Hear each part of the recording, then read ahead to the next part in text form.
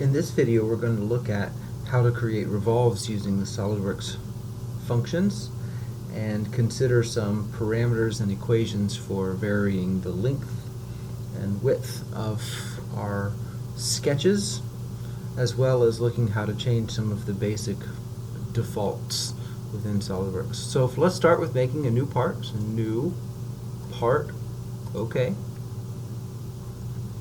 And let's go ahead and make a sketch on the front plane. So I'm going to right click on the front plane and do a new sketch. What I want to do this time is make a revolve feature. So the first thing I need with a revolve is a closed profile. So to do that, let's look at the different types of rectangles that we have. The standard rectangle that most people use starting off the bat is a corner rectangle. I almost always prefer to use a center rectangle because I chose the center rectangle tool, and I'm going to drop the center and move out from there. The reason I like using a center rectangle tool is it automatically adds a center point for the rectangle. So let me hit escape, and as we discussed last time, it's convenient to add relations. So this time, instead of going to the add relations tool, a shortcut is just to click on one of the points I'm interested in and then holding down Control and clicking on another point, and automatically, if there are add relations that are possible, they'll pop up here on the left hand side. I want these 2 points to be horizontal to each other. What that means is if I grab this point, I don't want it to be able to go up. So we've got that constrained now. And same thing with the dimensions tool. I can go to smart dimensions, but it's faster if I hold the right click down and move my mouse a little bit. And there are several different tools. There are 4 of them, and the top one is the dimension tool. So I'll just slide up until I collect that dimension tool. I can click the top line. Let's let this be 3 inches. And let's let this one be 1.5 inches. And then let's let our distance from the origin to this first point be 4 inches. I'm going to zoom out a little bit so we can get the whole thing here on the screen. Now this is what I want to rotate, and it would best make sense to be rotating it about the center. So to create an axis about which to rotate, let's choose a line, and we're going to let this be for construction and infinite length. So I'll choose the origin now, and I'm going to snap it vertical, and OK. Let me hit escape to get out of the line command tool. Everything is fully defined, and so we're ready to do our rotate. I'm going to exit the sketch, and I'm going to hold the middle mouse button down so I can see what's going on in 3D a little bit.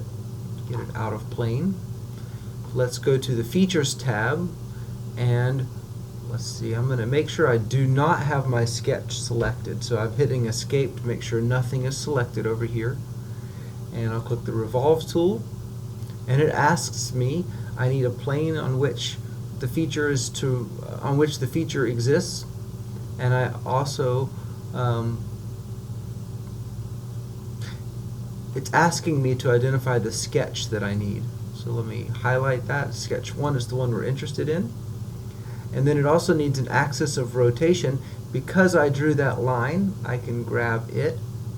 So I have the highlighter selected to be able to grab something, and then I'll click on that line, and now we have our revolve tool. So I'll click OK. That makes the revolve. Now this is interesting, and while we're here, there's a couple things I want to show. First off is, last time we looked at the way you create new sketches. So if I go to a new sketch here, I have a new sketch, but I'm not looking at it directly. So maybe almost always when I'm making a sketch, I'm really wanting to look at it orthogonally after I create the sketch. So I'm going to exit the sketch tool. So I'm out of the sketch. I'm going to go back to a 90 degree or something out of plane view, and we're going to take a look at some of the options that we can use to modify that. So if I click the options dialog box, and let's look down through here. In the sketch tab, one of the very first check mark here is auto rotate view normal to sketch plane on sketch creation. I'm going to check that. That's what I would prefer. Then let's take a look at some of the other ones that are here. Okay, so if your computer includes touch, there might be some options here for what happens if you rotate your screen around. There are your file locations. This is the location for the templates as well as a lot of other things. This is a good place to recognize. The performance tab can be useful, especially if you're having graphics card issues. This would be some places where you can change your graphics settings. And there are several others here. So this is an important place to go. Notice the system options contains things that are in general for all SOLIDWORKS files. The document properties have to do with this particular file. So for instance, units, the particular file we have open is on inch, pound, second. And the decimal places that are displayed too. We can change all of those types of things. So I'm going to click OK.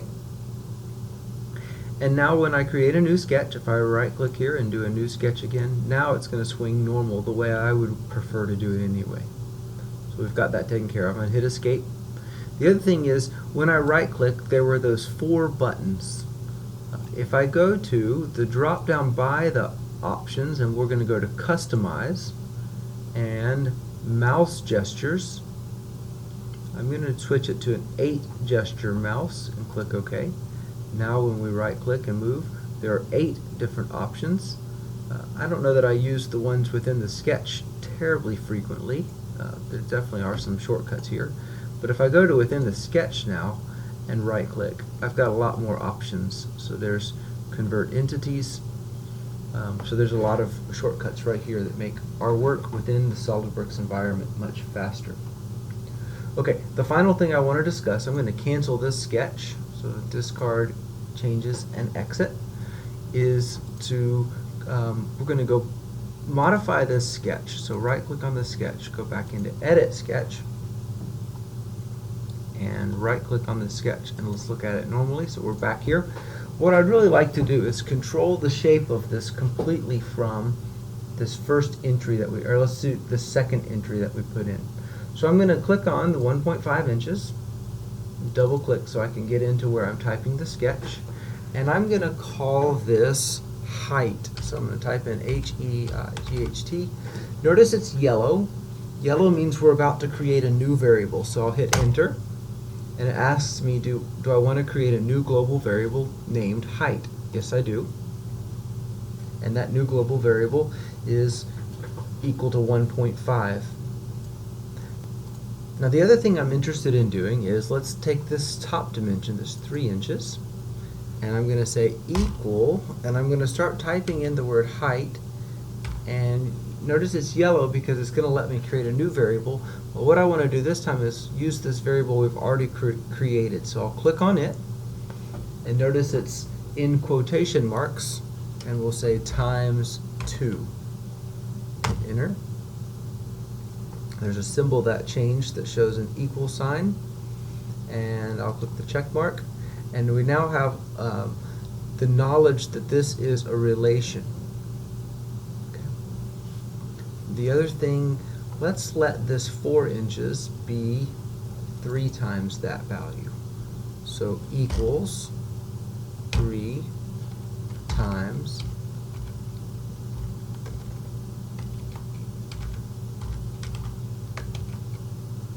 So I wrote the quotations myself this time, and when I hit enter, it makes it 3 times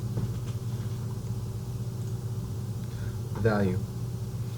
So now before we make any changes, notice there's some red summation signs to let me know that these are driven variables.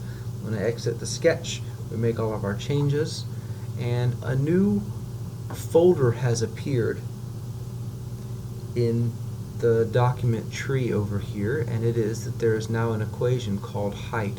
I'm going to right click on equations and do manage equations. Now this is kind of interesting. I have a variable called height. It's equal to 1.5. I have two equations in D1 and D3 at sketch 1. I have the equations, and remember these are the equations we typed in. What's interesting here is the original one is not considered a variable, so I need to go back through and add that. So first off, let's change this to 2 inches just to see what happens. And I'm going to click the Automatically Rebuild tab. Let's do it again, 2 inches. When I hit tab, it should rebuild it. There it is. It's scaled up. And we'll click OK. What did not scale up is the thickness. So if I go back into the sketch, and I'm editing the sketch, this remained at 1.5. So if I want this to be the original, what I'll need to go back in there is go into it and say equals, and this time we'll do it a third way. We'll drop down to the global variables that I've already created. Notice there are all kinds of functions and file properties that I can use for these dimensions. We're going to stick with height and click OK. And now everything is a function of that height. So if I click OK, we're finished.